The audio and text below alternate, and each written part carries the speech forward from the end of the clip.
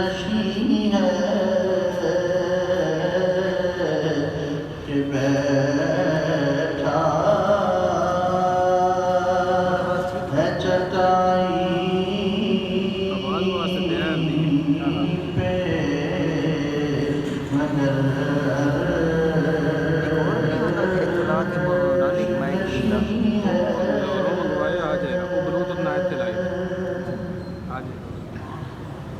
اللہ کریم کی بارگاہ جلال میں یہ تحمید و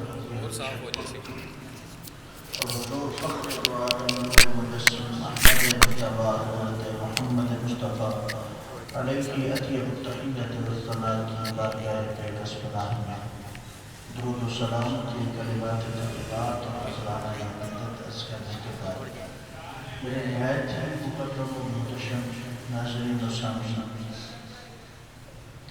اللہ جل مجدہ الکریم کا بڑا فضل اور اس کا احسان ہے کہ اس نے ہمیں اپنے حبیب مکرم سید الانبیاء احمد مصطفیٰ محمد مصطفیٰ صلی اللہ علیہ وسلم امت پاک میں پیدا فرمایا ہے۔ دعا ہے اللہ کریم ہمیں اپنے اور اپنے حبیب کریم صلی اللہ علیہ وسلم کی سچی محبت اور غلامی نصیب کرے۔ استاد گرامی کریم نے انسان کو عناصر اربع سے تخلیق فرمایا اور اس کے بعد اس میں اپنی روح کو پھونکا، فرمایا وَنَفَخْتُ فِيهِ مِنْ رُوحِي۔ اب انسان کو پہلے حضرت آدم علیہ السلام کی صورت میں جنت میں رکھا اور پھر اسے زمین پر بھیجا۔ بنیادی طور پر 4 چیزوں کے مرکب سے انسان یہ جسم بنایا گیا اور اس کے بعد انسان پیدائش کے طریقے پر مثلاً بعد مثلاً اپنی زندگی دنیا پر گزارا۔ عناصر اربع کیا ہیں؟ وہ 4 چیزیں ہیں: مٹی، پانی، آگ اور ہوا۔ لیکن آپ باقی 3 عناصر کا نام نہیں لیا جاتا۔ عموماً بولنے کے اعتبار سے یہ کہا جاتا ہے کہ انسان کو مٹی سے بنایا،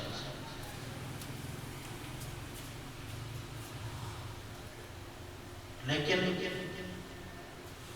اس میں 4 چیزیں شامل ہیں: مٹی، پانی، آگ اور ہوا۔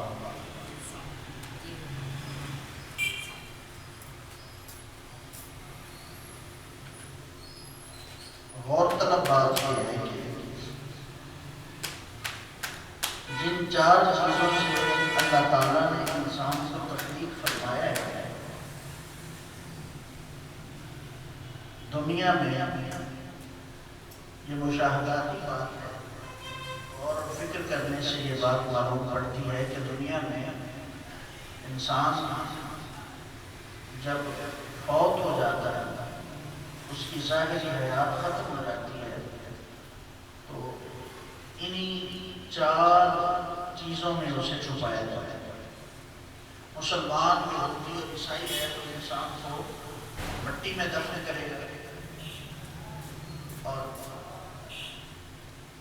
ہندو ہے، بدھ مت ہے تو اسے جلائے گا اور اسے پانی میں بہا دے گا یا ہوا میں اڑا دے گا۔ تو جن 4 عناصر سے اللہ پاک نے انسان کو تخلیق فرمایا، انہی 4 عناصر کی ضرورت انسان کو اپنی زندگی کے دوران، حیات کے دوران بھی پڑتی رہتی ہے، اور بعد از انسان بعد بھی انسان انہی 4 چیزوں میں سے کسی ایک چیز میں قیامت تک کے لیے اپنی زندگی گزارتا ہے۔ اور اگر جسم انسانی سے بات کی جائے، مٹی کا مقام انسان کی ہڈیاں ہیں، مٹی کا مقام انسان کی ہڈیاں ہیں، اور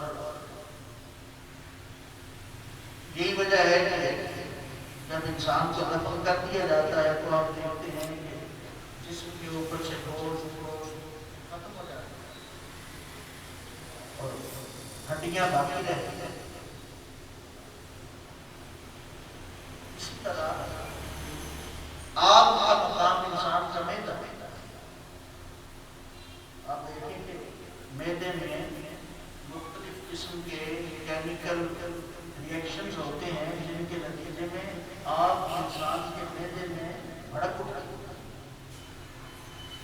سارے وجود انسانی میں جہاں سے حرارت انسان کو ملتی ہے وہ انسان کا معدہ ہے۔ یہی وجہ ہے کہ جو چیز انسان کھاتا ہے تو معدے میں موجود تپش اس کو ہضم کر دیتا ہے۔ اگر معدے میں یہ صفت تپش نہ ہو، آتش نہ ہو، تو انسان کسی چیز کو پھر ہضم نہ کر سکتا۔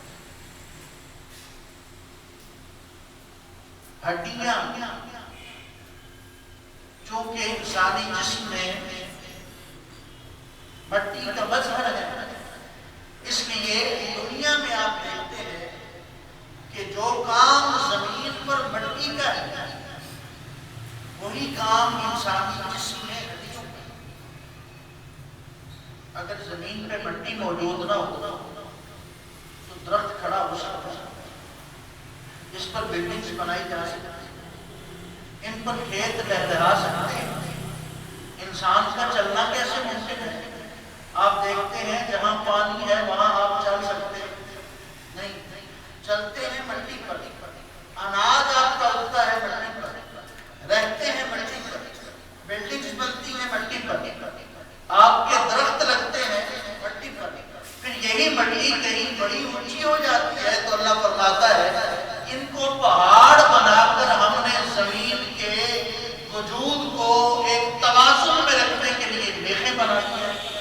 تو مٹی جس طرح ساری دنیا کے ڈھانچے کو اپنے مقام پر متوازن اور قائم رکھنے کے لیے ہے، اسی طرح انسانی جسم میں ہڈیوں کا مقام ہے کہ ہڈیاں انسان کی ساخت کو، اس کے گوشت کو اور اس کے سارے نظام کو ایک خاص ضابطے میں متوازن رکھنے کا کام کرتی ہے۔ اسی طرح ہوا ہے تو ہوا کا مقام انسان کی پھیپھڑے، ہوا انسان کے منہ کے راستے پھیپھڑوں میں داخل ہوتی ہے اور وہ خاص ہوا میں سے چیز اپنے پاس رکھ لیتے ہیں اور اس کو پھر خون میں گردش کے لیے سارے انسان کے جسم اور سارے سیلز تک پہنچاتے ہیں۔ جب انسان کے پھیپھڑوں میں ہوا جاتی ہے تو اس میں صرف آکسیجن نہیں جاتی، بہت ساری ہوا اور بہت ساری گیسز انسان کی باڈی میں جاتی ہیں، لیکن کیا ساری گیسیں انسان کے پھیپھڑے قبول کر لیتے ہیں؟ نہیں، اس میں سے جو آکسیجن ضروری ہوتی ہے اپنے پاس رکھ لیتے ہیں، باقی گیسیں یا اضافی آکسیجن کو جسم کے باہر دوبارہ بھیج دیتے ہیں، اور پھر وہی آکسیجن انسان کے ہر سیل میں، ہر خلیے میں، سارے جسم میں پھیپھڑوں کے بلڈ کو پمپ کرنے کے ذریعے بلڈ پھیپھڑے جو ہیں وہ دل تک بھیجتے ہیں آکسیجن، پھر دل جو ہے وہ سارے خون کو پمپ کرتا ہے باڈی میں، تو ہر سیل اور ہر عضو تک وہ ساری آکسیجن پہنچ جاتی ہے۔ اسی طرح آپ دیکھیں کہ پانی ہے تو پانی کو دنیا میں اگر آپ نظر دوڑائیں گے تو 71% پانی ہے اور 29% خشکی۔ اسی طرح انسانی جسم میں یہی تناسب پانی کا اور باقی اجزاء کا شامل ہے، 71% پانی ہے، باقی 29% باقی۔ اور پھر آپ زمین پہ دیکھتے ہیں کہ پانیوں کے ذائقے بھی ایک جیسے نہیں، بعض پانی میٹھے ہوتے ہیں، بعض پانی کھاری ہوتے ہیں، بعض میں کڑواہٹ ہوتی ہے اور بعض کھٹے ہوتے ہیں۔ اگر آپ جسم انسانی کا مشاہدہ کریں تو آپ کو ایک بات بڑی واضح اور ظاہر نظر آئے گی، آپ کسی ہر ایک شخص کے مشاہدہ کر سکتے اور جان انسان کے جسم میں بعض پانی ایسے ہیں جو میٹھے اور اس میں کیا ہے، زبان کا پانی میٹھا ہوتا ہے۔ اسی طرح جو کان کا پانی کڑوا ہوتا ہے، اسی طرح جو آنکھ کا پانی ہے کھاری ہوتا ہے، نمکین ہوتا ہے، اور جو ناک کا پانی ہے کھٹا ہوتا ہے۔ اگر آپ سارے جسم کا اندازہ لگائیں اور اسے مختلف زاویوں میں رکھ کر دیکھتے جائیں تو انسان کے جسم میں چونکہ کثرت پانی کی ہے، اس کی وجہ یہ ہے کہ جس زمین میں یہ رہتا ہے اس میں کثرت پانی کی، اسی تناسب کو اللہ تعالیٰ نے جسم انسانی میں رکھا۔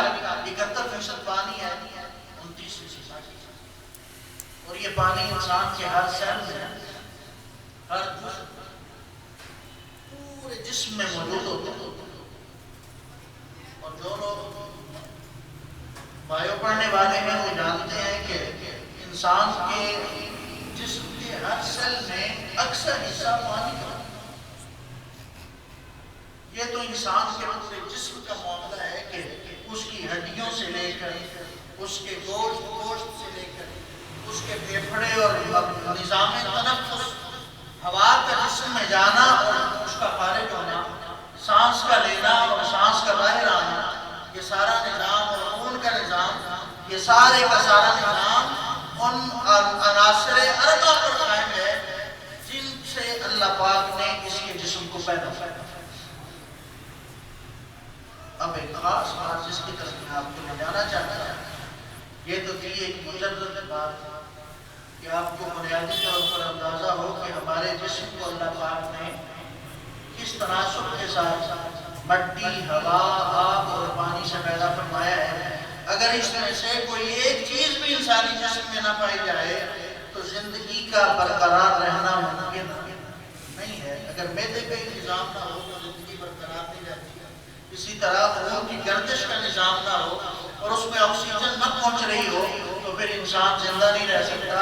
اسی طرح اگر ہڈیوں کا غدہ ختم ہو جائے تو پھر بھی انسان کی زندگی باقی نہیں رہ سکتی۔ الغرض یہ چار چیزیں اگر سلامت ہیں تو زندگی قائم ہے، اور اگر یہ سلامت نہ رہیں، ان کا توازن بگڑ جائے، کچھ چیزیں زیادہ ہو جائیں، کچھ کم ہو جائیں، تو پھر انسان کا جسم بیماریوں کا شکار ہے۔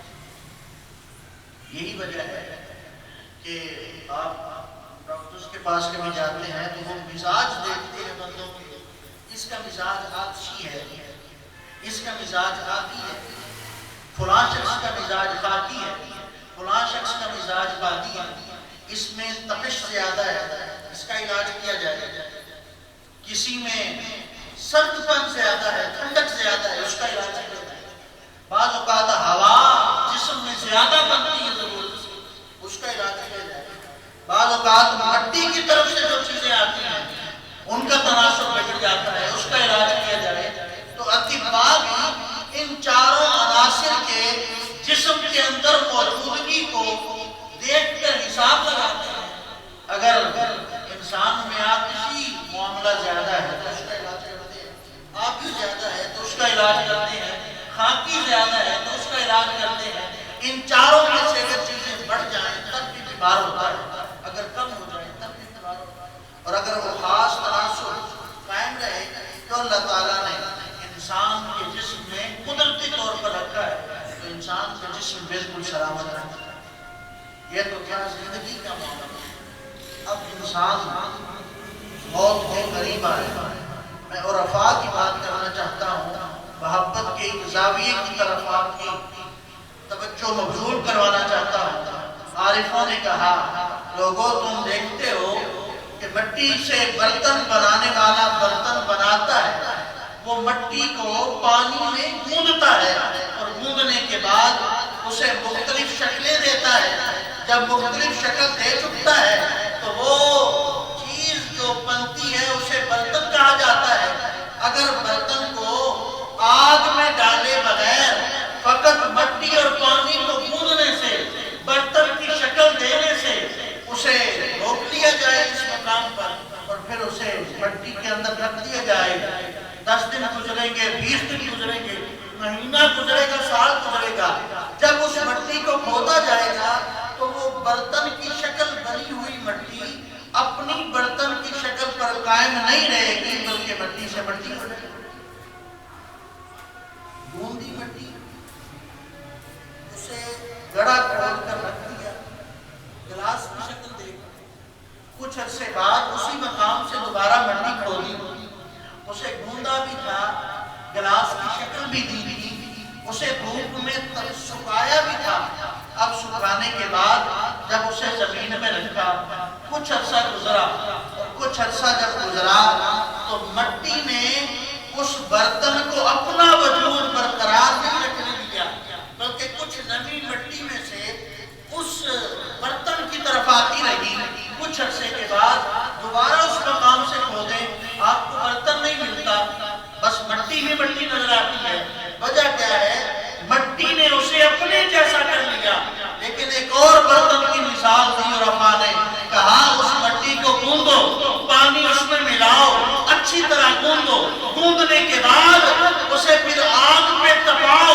جب آگ پہ تپا چکو وہ کھنکنے والی مٹی بن جائے گی اور جب وہ پک جائے گی اس کی آواز میں کھنک پیدا ہو جائے گی. اب اس میں کچھ نقش و نگار کرو، اس میں کچھ چمک آ جائے گی، مختلف رنگوں سے اس پر پھول بوٹے بناؤ. اب اس پکے ہوئے برتن کو زمین میں رکھو، اوپر پانی ڈالو، اس پہ مٹی ڈالو، اس کو دھوپ لگے، اس کو پانی لگے، صدیاں گزر جائیں گی. صدیاں گزرنے کے بعد وہ پکی ہوئی مٹی اپنی حالت بدلے گی نہیں بلکہ اسی طرح قائم رہے گی. اور افا نے کہا اس مٹی کی طرح اے انسان نہ بن جانا جس کو پکایا نہ گیا ہو. کیوں؟ وجہ یہ ہے اگر اس مٹی کی طرح تو بنا رہا تو جب مٹی میں جائے گا خود مٹی ہو جائے گا. اگر مٹی ایسی بنی جس کو پکایا گیا پھر نقش و نگار بنائے گئے اور برتن خوبصورت اور چمکدار ہوا. عشق مصطفیٰ نے اس مٹی کو تو نے تپائے رکھا، پھر عبادت کا ذوق لیے ہمارے سارے آگے نقش و نگار بنائے رکھا. ساری زندگی صدیوں گزرنے کے بعد بھی قبر میں رہے گا لیکن تیرا کفن بھی میلا نہیں ہوگا، جسم بھی سلامت ہے. وہ بھی مٹی ہے، یہ بھی مٹی. کہا شہزادی نے بھئی ہیں دونوں مٹیاں لیکن ایک مٹی وہ جسے گوندا گیا، برتن بنایا گیا لیکن اس کو ڈالا گیا مٹی میں تو وہ مٹی کی مٹی ہو گئی. ایک مٹی ایسی ہے جسے گوندنے کے بعد برتن کی شکل بھی دی گئی، پھر اسے تپایا گیا، اسے آگ دی گئی، وہ آگ میں جلتی رہی، پھر اس کا رنگ بدلا. جب اس کا رنگ بدلا اس میں چمک آئی، پھر اس میں نقش و نگار بنائے گئے. اس کی چمک بھی باقی ہے، نقش و نگار بھی باقی ہے، اسے بھی مٹی میں ڈالا گیا. صدیاں گزر گئی مٹی میں رہتے رہتے لیکن مٹی کے ساتھ مٹی نہ بن سکی. پوچھا تجھے مٹی نے اپنے رنگ میں ڈھالا کیوں نہیں؟ کہا مجھے کسی چیز نے آگ میں تپایا تھا، جب میں تپی تھی میں پک گئی تھی، اب مٹی جیسی مٹی بن نہیں سکتی. اب آپ انسان کی مثال بھی یہی ہے. اگر مجرد انسان رہے اس کا رخ محمد مصطفیٰ کی طرف نہ ہو، گنبد خضرا کی طرف نہ ہو، سید الانبیاء کی طرف نہ ہو، آمنہ کے لال کی طرف نہ ہو تو عام مٹی کی طرح مٹی رہتا ہے. اور اگر اس نے اس جسم کو عشق مصطفیٰ میں تپایا ہوگا، پھر عبادت کا رنگ چڑھایا ہوگا، پھر اعمال کا نقش و نگاری کی ہوگی، وہ بھی مٹی میں جائے گا. عام انسان بھی مٹی میں گیا تھا، وہ گیا تو مٹی میں مل کر مٹی ہو گیا. یہ مٹی میں گیا ہے. کہنے والا کہتا ہے لوگوں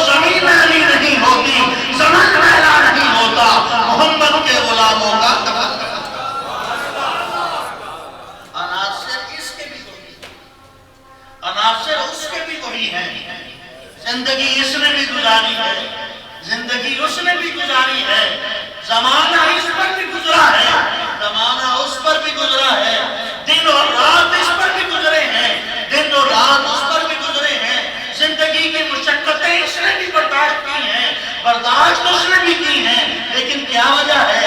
جب وہ گیا تو مٹی نے اسے کھا لیا، جب یہ گیا مٹی اس کے کفن کو بھی بس نہ کر سکی۔ کہنے والے نے کہا وہ تپا نہیں تھا، یہ اس کے مصطفیٰ کی آگ میں تپ گیا۔ نبی کریم سید الانبیاء احمد مجتبی محمد مصطفیٰ علیہ تحیت الصلاۃ بارگاہ پاک ایک صحابی جن کا نام حضرت صفوان ابن قدامہ رضی اللہ تعالیٰ، آپ مکہ سے چلے اور حضور مدینہ طیبہ تشریف فرما، مکہ سے چلے اور مدینہ طیبہ حضور کی بارگاہ میں حاضری کا ارادہ کیا۔ جب مدینہ طیبہ پہنچے اور نبی کریم سید الانبیاء صلی اللہ علیہ وسلم کی بارگاہ پاک میں حاضر ہوئے،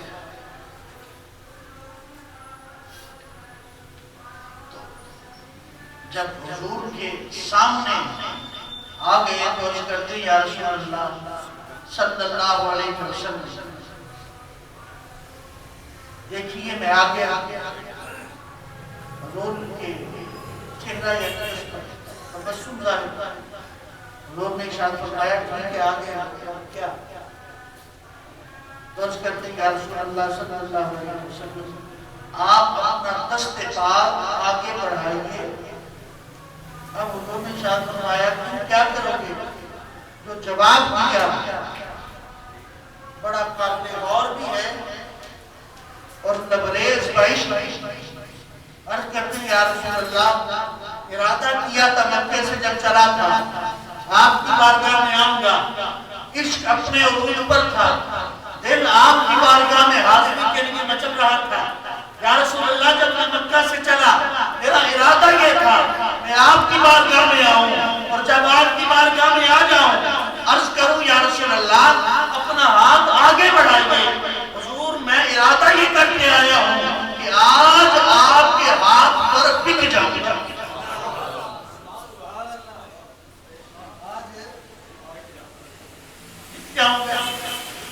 انہوں نے فرمایا بکنے کے لیے آئے؟ عرض کیا یا رسول اللہ آپ کی بارگاہ میں بکنے کے لیے آیا ہوں۔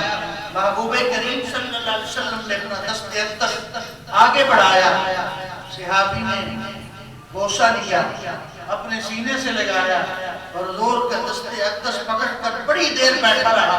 حضور نے ارشاد فرمایا صفوان کیا ماجرا ہے؟ آج تیری محبت کا انداز بڑا نرالا ہے، آج تو بیٹھے ہو ہاتھ چھوڑتے ہی نہیں ہو، وجہ کیا ہے؟ یا رسول اللہ انی احبک، میں آپ سے محبت کرتا ہوں۔ میرے محبوب نے فرمایا اچھا باقی مجھ سے محبت کرتے ہو؟ عرض کیا رسول اللہ آپ سے محبت کرتا ہوں۔ فرمایا باقی محبت کرتا ہے؟ عرض کیا رسول اللہ باقی کرتا ہوں۔ حضور نے فرمایا اچھا پھر یاد رکھ پانچ گواہ بن جا، جس طرح تو دنیا میں میرے ساتھ محبت کرتا ہے قیامت کے روز اسی محبت کے سبب سے تو میرے ساتھ، اسی محبت کے سبب سے تم میرے ساتھ ہوگا۔ ایک اور صحابی حضور کی بارگاہ میں آتے ہیں اور ٹکٹکی باندھ کے دیکھتے رہتے، زیارت کرتے رہتے، توجہ حضور کی طرف رہتی، فقط چہرہ مصطفیٰ دیکھتے رہتے۔ اب نبی پاک صلی اللہ علیہ وسلم نے جب کئی دن گزر گئے، کیفیت یہی ہے، صرف یہی کیفیت ہے، آنا بیٹھنا حضور کے چہرہ پاک کو دیکھتے رہنا۔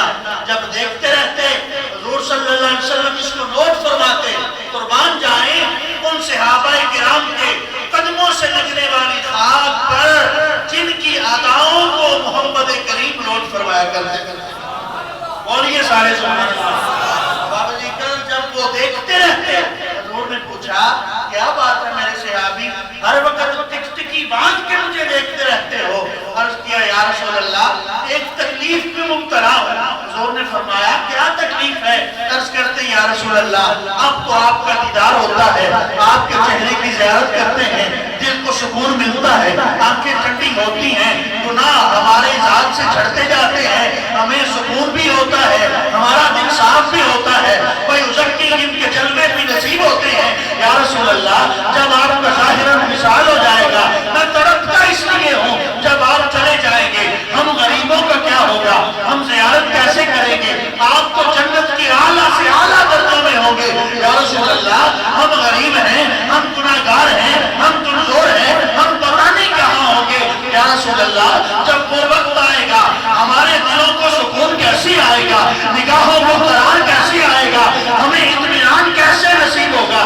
یا رسول اللہ میں ڈرتا ہوں جب ایسا وقت آیا آپ جنت میں ہوئے اعلیٰ درجوں میں اور ہم کہیں چھوٹے درجوں میں ہوئے تو یا رسول اللہ جدائی برداشت کیسے کریں گے؟ محبوب نے قریب بلایا، فرمایا اتنی محبت کرتے ہو؟ عرض کی یا رسول اللہ ایسی محبت کرتا ہوں۔ حضور نے فرمایا پھر فکر کی کوئی بات نہیں ہے، تو اور میں جنت میں ساتھ ساتھ ہوں گے۔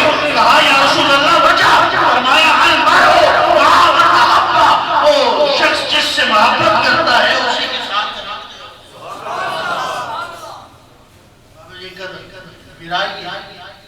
ایک اور صحابی نبی کریم صحابیہ غزوہ احد سے واپسی کا موقع، واپس آ رہے ہیں لوگ، ہر کسی سے پوچھتی ہے میرے مصطفیٰ کیسے ہیں؟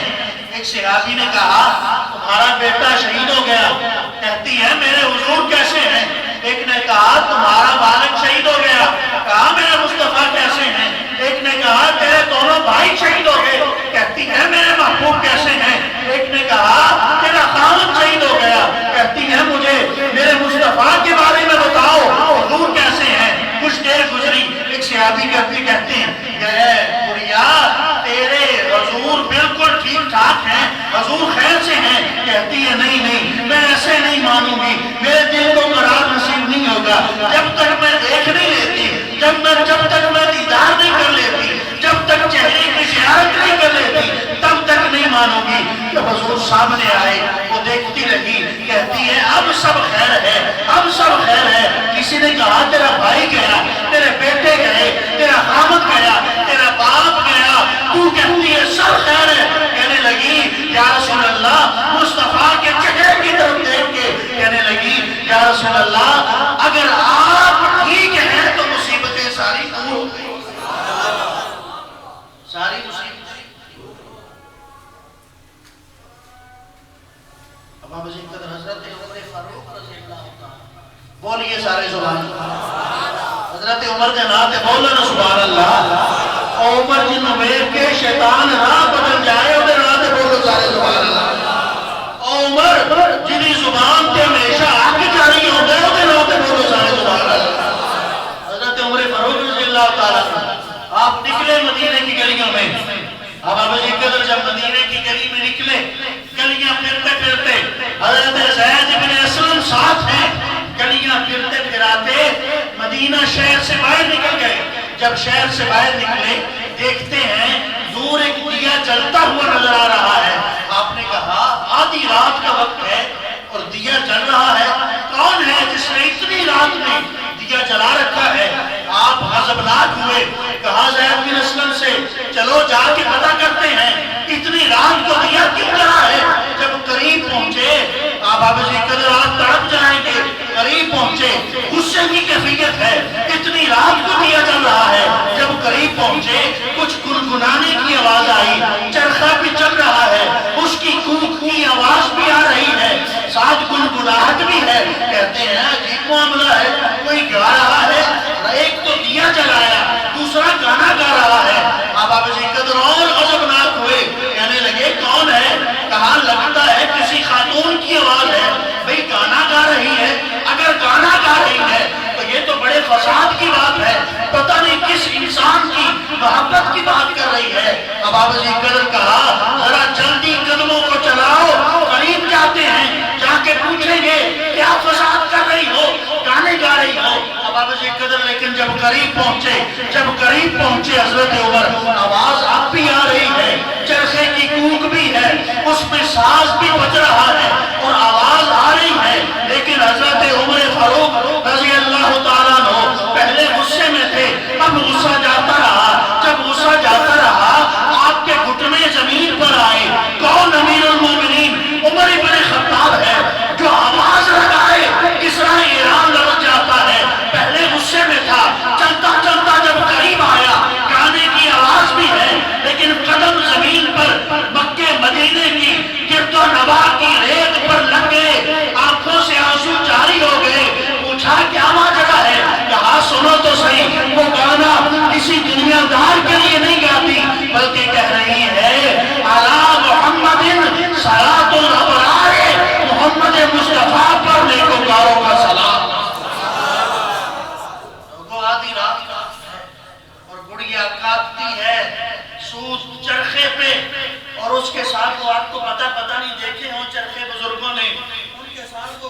سے لگے ہوتے تھے، ان کی چھن چھن کی آواز آتی تھی، ادھر وہ چھن چھن کی آواز آئے اور بڑھیا کہتی ہے علی محمد صلاۃ الابرار، لوگوں نیکوکاروں کا درود محمد مصطفیٰ پر ہے۔ پھر کیا کہتی ہے؟ وہ لوگ جو شب زندہ دار ہیں، راتوں کو جاگنے والے ہیں، ان کا درود بھی محمد مصطفیٰ پر ہے۔ پھر کہتی ہے یا رسول اللہ دور ہے عمر کا، آپ تشریف لے گئے، ہم مدینے جاتے تھے، آپ کی زیارت کرتے تھے، دل مچلا کرتا تھا، عشق اپنی جولانی پر ہوتا تھا، دل کو سکون ملتا تھا۔ یا رسول اللہ آپ تشریف لے گئے، آپ دنیا سے ظاہراً تشریف لے گئے ہیں، اب ہم غریبوں کا کیا ہوگا؟ ہماری داد رسی کون کرے گا؟ ہمارا پرسان حال کون ہوگا؟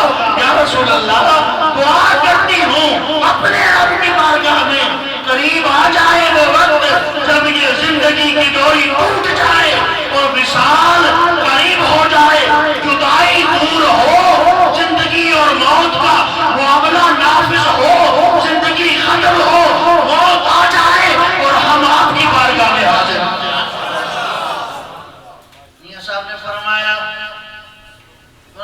سفرنے دے بچ مینوں ملیا مائی تے میں گل وچ پا لیا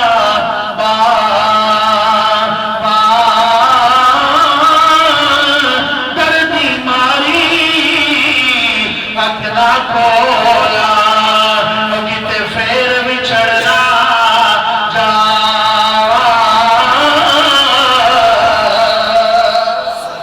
اب آپ ذکر حضرت عمر کے گوٹے زمین تے لگے نہیں، نالے رو کے حبیب کی بارگاہ دے اندر آنسوؤں دا سیلاب آیا، بیٹھ گئے زید بن اسلم و بنال بٹھا لیا اور دو یار بیٹھ کے پیروں دے نہیں، نالے عرض کر دے نہیں میں یجڑی نو چھٹ گئے ہوں بے مانی تے پا گئے ہوں نمیاں فکرہ پاتیر پرانی بانوں ٹنگ گئے ہوں بچ ککرہ۔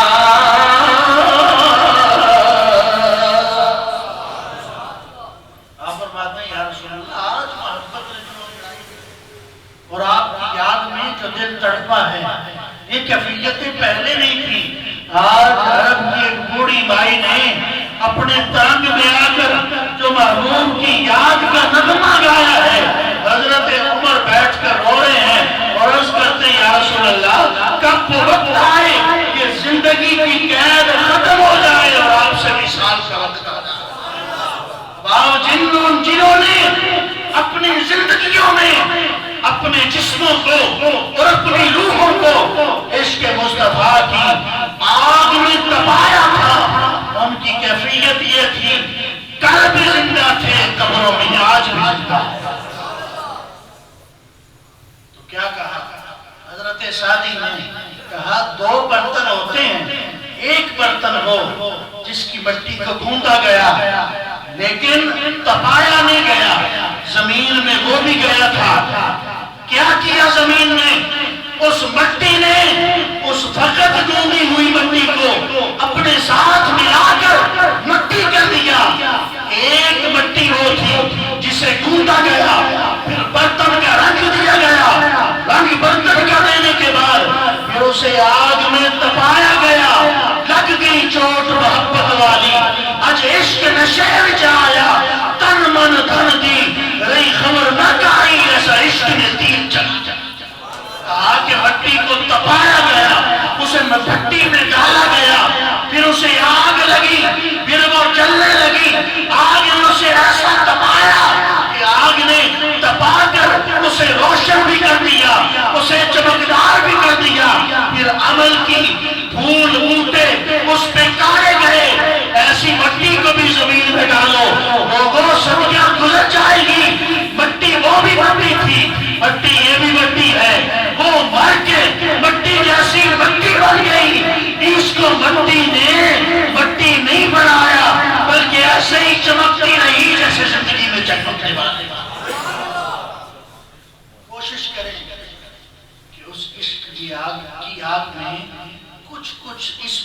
کو جلائیں تاکہ جب قبر میں چلی جائے تو پھر ایسا نہ ہو کہ کیڑے آئیں تو کھا جائیں، بلکہ کیفیت یہ ہو کہ زمین میلی نہیں ہوتی، زمن میلا نہیں ہوتا، محمد کے غلاموں کا کفن میلا۔ آخر دعوانا